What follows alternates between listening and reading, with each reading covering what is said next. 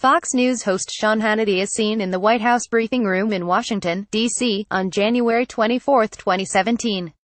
Nicholas Cam, Getty Images. Journalists hurriedly tuning into Sean Hannity's radio show for reaction to the news this afternoon that he was Michael Cohen's third client were treated, at first, to a lot of canned rock music and dead air. Eventually, Hannity turned up for some meta-commentary. "It's very strange to have my own television network having my name up as a lower third in terms of it being a story. There's a part of me that really wants to build this up into something massive and make the media go nuts. I had no idea all these media people liked me so much. And now they have to listen to the program. Maybe I should pay it off in the last hour or in the last minute of TV tonight.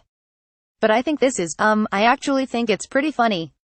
After some more music and clips from George Stephanopoulos' interview with James Comey, evidently the intended subject of today's broadcast, Hannity returned to address Cohen more directly. "So, New York today had a big hearing. Stormy Daniels was in there, Stormy Daniels' attorney was in there, and I guess that Michael Cohen had to list the people that he's done some work with, whatever, I don't know what the full thing was that actually went on there. So, I've known Michael a long time. And let me be very clear to the media, Michael never represented me in any matter. I never retained him in the traditional sense as retaining a lawyer. I never received an invoice from Michael. I never paid legal fees to Michael. But I have occasionally had brief discussions with him about legal questions, about which I wanted his input and perspective. And I assume those conversations were attorney-client confidential. But the other thing I will need to point out to the media that is apparently going insane over this, not one of any issue I ever dealt with Michael Cohen on ever involved a matter between me and any third party. Now I have 8 attorneys I use for various things in my life, and in this particular case, I like to have people that I can run questions by. And Michael, very generously, would give me his time, and we'd always say, attorney-client? Yeah, good. And I'd ask him a legal question. And that's it. And I don't think this is that complicated. How did this blow up to be such a big deal? I never had any case with him that involved any third party."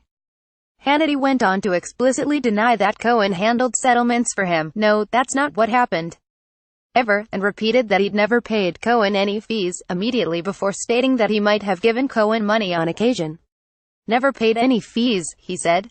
"I might have handed him $10. I definitely want attorney-client privilege on this," something like that.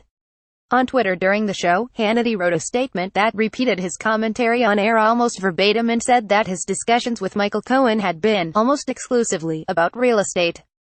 "Michael Cohen has never represented me in any matter. I never retained him, received an invoice, or paid legal fees.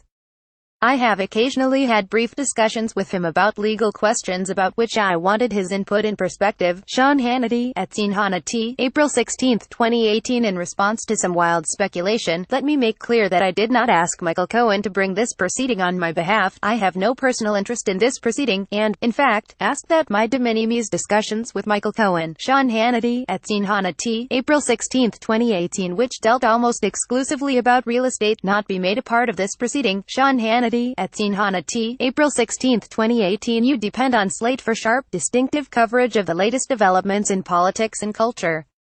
Now we need to ask for your support.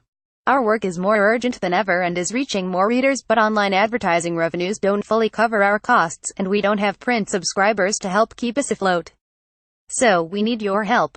If you think Slate's work matters, become a Slate Plus member.